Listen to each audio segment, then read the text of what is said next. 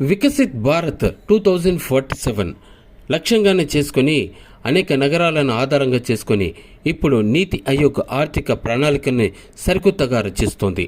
అందుకు ప్రాథమిక కసరత్తు కూడా పూర్తి చేసింది నీతి ఆయోగ్.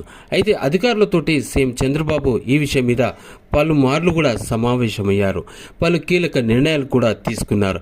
8 జిల్లాలతో పాటు విశాఖ ఎకనామిక్ రీజియన్ను అభివృద్ధి చేయాలని కూడా ప్లాన్ చేశారు. అంతేకాదు విశాఖను మరో ముంబైలో తీర్చిదిద్దే విధంగా ఒక ప్రణాళికను కూడా ముందుకు తీసుకెళ్లాలని అధికారులకు సీఎం దిశానిర్దేశం చేశారు. ఇటు 20 లక్షల మందికి వర్క్ ఫ్రం హోమ్ను కల్పించాలని ముందుకెళ్లాలని ఆ దిశగా చంద్రబాబు నాయుడు అధికారులకు సూచనలు ఇచ్చారు. ఇక విజయనగరం, శ్రీకాకుళం, అనకాపల్లి, కాకినాడ, తూర్పు గోదావరి, అల్లూరి సీతారామరాజు, మన్యంతో సహా 8 జిల్లాల్లో ఆర్థిక కార్యకలాపాలు పెరిగేలా ప్రణాళికలు కూడా సిద్ధం చేయాలని చంద్రబాబు చెప్పిన విషయం.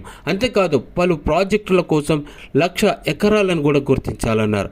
ఇటు మూలపేట, విశాఖపట్నం నుంచి కాకినాడ మధ్య బీచ్ రోడ్లను కూడా అభివృద్ధి చేయాలని సంకల్పించింది. అది జాతీయ రహదారికి అనుసంధానం చేయాలనేటువంటి ప్లాన్. ఇక రాష్ట్ర వ్యాప్తంగా 6 పోర్టులు, 17 వ్యవసాయ క్షేత్రాలు, 6 సర్వీస్ హబ్స్, 12 పర్యాటక హబ్స్ని డెవలప్ చేయాలని చంద్రబాబు ప్లాన్.